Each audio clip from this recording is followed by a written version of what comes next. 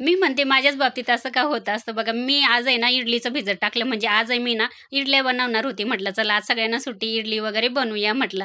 पण आहे ना माझ्या आहोंना माहीत नव्हतं इडली आज होणार आहे घरामध्ये असं. ते बाहेर गेले आणि त्यांनी ना बघू शकता इथे आहे ना मेंदूवडा आणि वडे वगैरे किंवा मग सांबार वगैरे, चटणी वगैरे हे सगळं घेऊन आले ते बाहेरून. आणल्यानंतर आहे ना म्हटलं चला आता यांना काही सांगायचंच नाही, म्हटलं मी काय इडलीचं बनवणार होती. ते बॅटर तसंच उचललं आणि फ्रिजमध्ये ठेवून दिलं. मी काही इडल्या वगैरे बनवल्याच नाही. आणि चला त्याच्यानंतर नाश्ता वगैरे केला आणि इथे ना आज आहे ना खूप सारा भाजीपाला आणलेला होता. अहो ना डायरेक्ट मार्केटमध्येच गेलेले होते सकाळी सकाळी आणि पालेभाज्या आहे ना त्या पण भरपूर आणल्या. सगळ्या भाज्या आणल्या आणि फळभाज्या पण आणलेल्या होत्या. आता 8-10 दिवस तर आपल्याला काही पाहणंच नाही बघू शकता.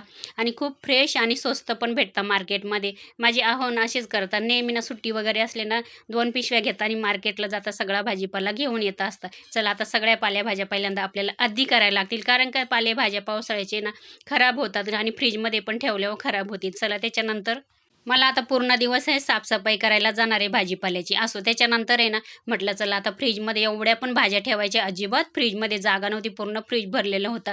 गावावरून आल्यानंतरही पण आहे मी फ्रीजकडे लक्ष दिलं नाही. म्हटलं चला आता एवढ्या भाज्या ठेवायच्या तर फ्रीज पण मी साफसूफ करून घेतलं व्यवस्थित असं. आणि त्याच्यानंतर आहे ना हे बघा सगळ्या भाज्या वगैरे व्यवस्थित अशा लावल्या. खूप भाज्या होत्या म्हणून मी अशा लावल्या बरं का. गाजर पण आणलेलं होतं तर म्हटलं चला आता गाजरचा हलवा पण बनवू म्हटलं. कधीचं घरामध्ये गोड पण झालं नव्हतं. आणि त्याच्यानंतर एक कांद्याची पात आहे ना ती आहे ना मस्त तुरीची डाळ घालून आहे रश्याची पातळ बनवली, चपात्या आणि गाजराचा हलवा. चला ये जेवायला. बाय.